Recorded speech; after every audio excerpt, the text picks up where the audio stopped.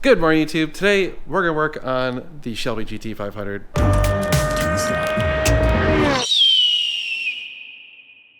If you're new to the channel, my name is Dan, and over here we have Andy, my buddy from Michigan. So he knows a lot more about Mustangs than I do. A little bit, just a wee bit. So we're going to try and fix some shit. We've got a few things to check out. We've got a window that's not working, and we've got a check engine light. So the window, the driver's side window doesn't go up and down. I don't know if it's the switch or the regulator. And then the check engine light, we'll pull that in a minute. But anyway, let's have at it. Here is the window in all of its non-functional glory. Yeah. So what we need to figure out is it the switch or is it more likely the regulator? So I guess we gotta pop off the door panel. We'll probably try and hot wire the switch, see if it works, and then if it does, then we know it's the switch, and if it doesn't, then we know it's the regulator. How do you get this door panel off?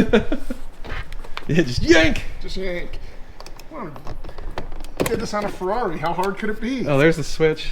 Oh, that was easy. Yeah, that came off way easier than expected. All right. Which problem is which pins are what, right?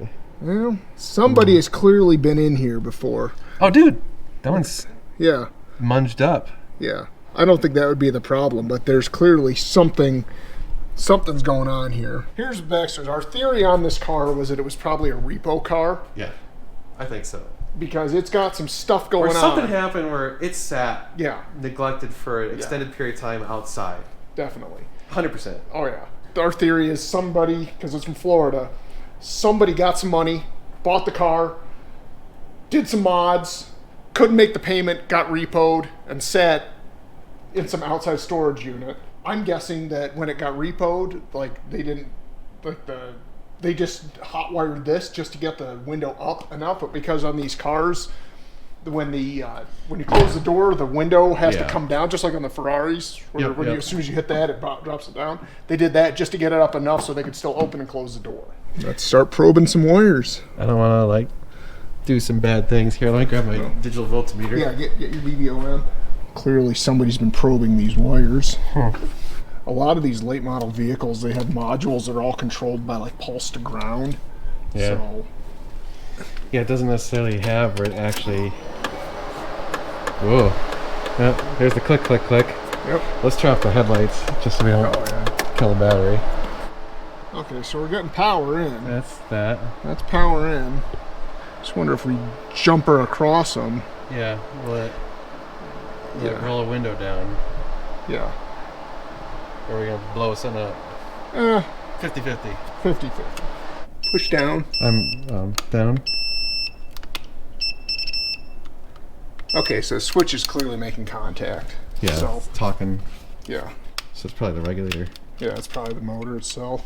Well, we could try jumpering the wire. Yeah, let's try that. Well, we can figure out which pin it is. Yeah, okay, so Alright. So let's do down. Okay. down. So we need to go there to. Okay. So it's So we need second pin in on the top. Second blue one in, and second one over from the left. Yeah.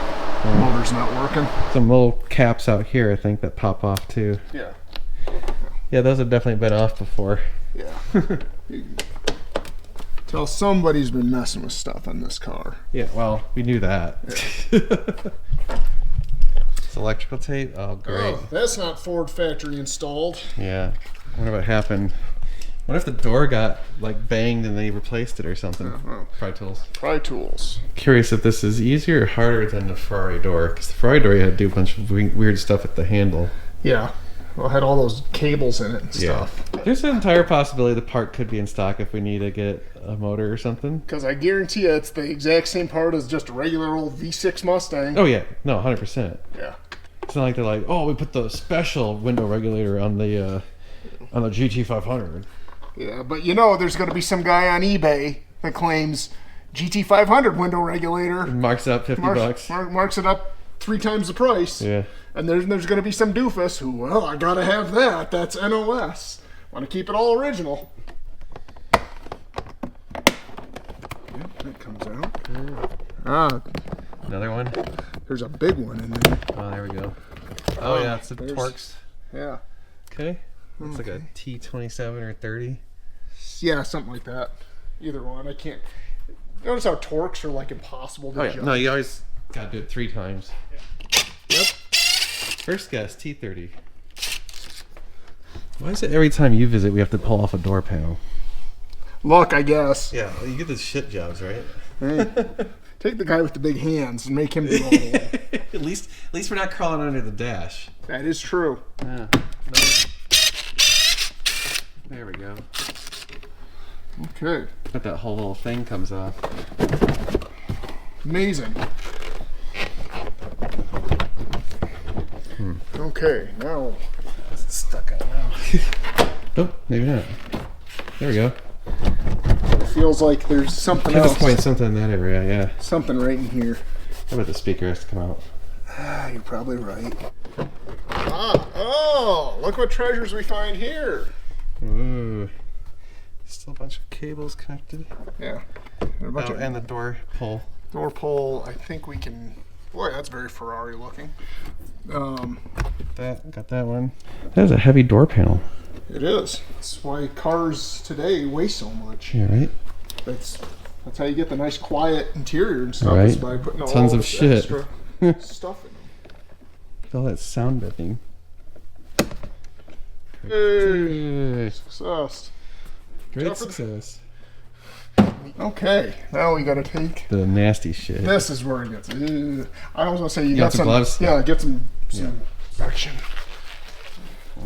Anybody who's ever gotten butyl or urethane stuff on their nose that it's like, Pain in the ass. Let's get off. yeah, you'll be wearing it for the next few days. Yeah. I like the nice. Ooh, Yeah, I should probably get the vacuum. yeah, I'd suck that out of there. Yeah. And then this factory applied masking tape. That's Yeah, it's definitely interesting. yeah. Now we peel. Time to do the nasty. Yeah. Stuff's gross. Yes, it is. Hey, this is why these cars are better built than the old Fox bodies. Right? A lot more to them. Oh yeah, look at all the stuff. Oh, yeah. Yeah. This thing has sat outside a long time. Well, we'll get the vacuum. That's why I left the vacuum out, because I'm like, I'm pretty sure Yeah. we'll need it again. Ugh. Yeah, we won't be needing that again. Yes. Ew. Nasty. Like, It's like a squirrel was living in there. yeah, it kind of does actually.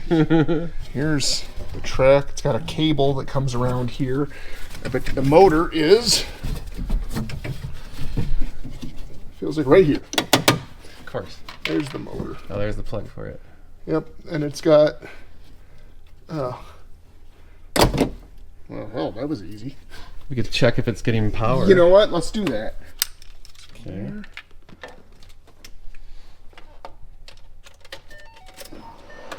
Okay, Okay, that's- so we got power there, and we know that's ground. So all this does is just flip the. The voltage. So we know that this one is your window up. Okay. Or is it your down? I don't know. I don't think I'm making good contact with that. If you get them, usually when the like drive mechanism strips out or something. Yeah. But on these, oh, it's not 10 millimeter. Oh, it's like a 13. That's 10. That's 10. But you got to get them lined up with the hole, just right. So we're trying to get the old window regulator out before we go buy a new one because we want to make sure it's the right part. Smart. Using the Because- noggin. Because despite what the people at the parts store think, they might find that what we think is the right one, they might not think is the right one. Yeah. Because all they know is what their computer tells you. Yeah. Just like when you buy the wrong windshield wipers for your Jeep, which is 4-wheel drive instead of 2-wheel drive. Yes, definitely different ones. Oh, no pressure, man, no pressure. Yeah. Don't break the glass. Don't break the Don't glass. whack the grass, don't hit the Lambo. So we had to take out those screws entirely. That goes right through the glass. Yep. Now we can try and get the regulator out. I think it's all those. Yep. It's kind of awkward. Just a little bit. But not not too bad, actually. Yeah, okay. There we go. Okay. Piece of shit. So here's the thing. So we got the window regulator out, and we think it's the motor, obviously, it's broken, or the electronics in the motor. and we're trying to find one, and there's literally none available anywhere in the country for a Mustang. We called Ford, and they're like, oh, 3+ weeks to get one. So we're looking at like junkyards. They have them, but there's none that can get us one today. There's nothing close. We're trying to, anyway, jank it out, see if we can just see if the motor's busted, and maybe get it to work somehow. Oh, no. Uh-huh. I bet that's what's busted right there. Oh, look at it. It's fried. Oh, Yeah, right there. There It's we totally go. charred.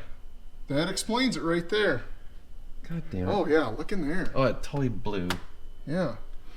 Oh, it even smells like burnt electrical. Shit. But I bet you that module is the same for an F-150. Maybe. I bet you it is. All right, YouTube. We are having one hell of a time with this. This is what fried. You can see is all charred right in there. That's the little control module, and we can't find the little motor assembly anywhere in the country. Nowhere. Zero. It's just gone. It's like unobtainium.